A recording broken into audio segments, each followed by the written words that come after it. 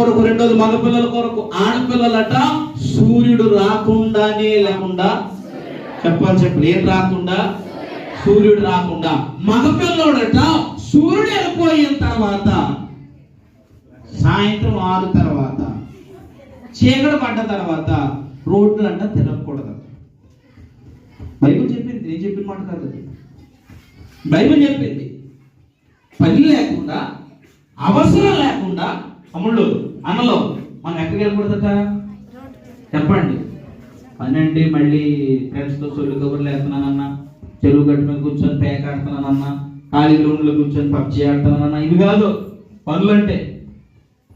బాధ్యత కలిగిన పనులు లేకుండా అనవసరంగా ఊరికనే టైం పాస్ చేయడానికి మనం బయటకు వెళ్ళకూడదు.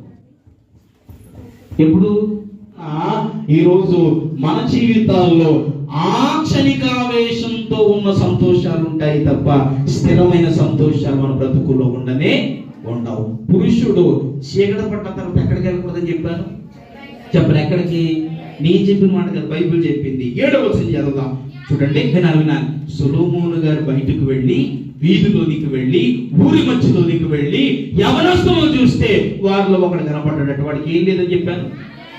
జ్ఞానము లేదు, అంటే బుద్ధి లేదు. అడిగి ఏం లేదు అడిగి బుద్ధి లేదు. ఎందుకు ఏం చేస్తున్నాడు వాడు? చూడండి, జ్ఞానము లేని వారి మధ్యను, యవనుల మధ్యను బుద్ధి లేని పడుచు వాడొకడు నాకు కనపడెను. హలో, వినాలి.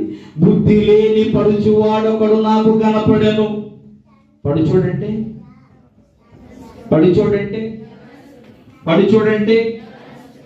పడుచోడంటే మనమే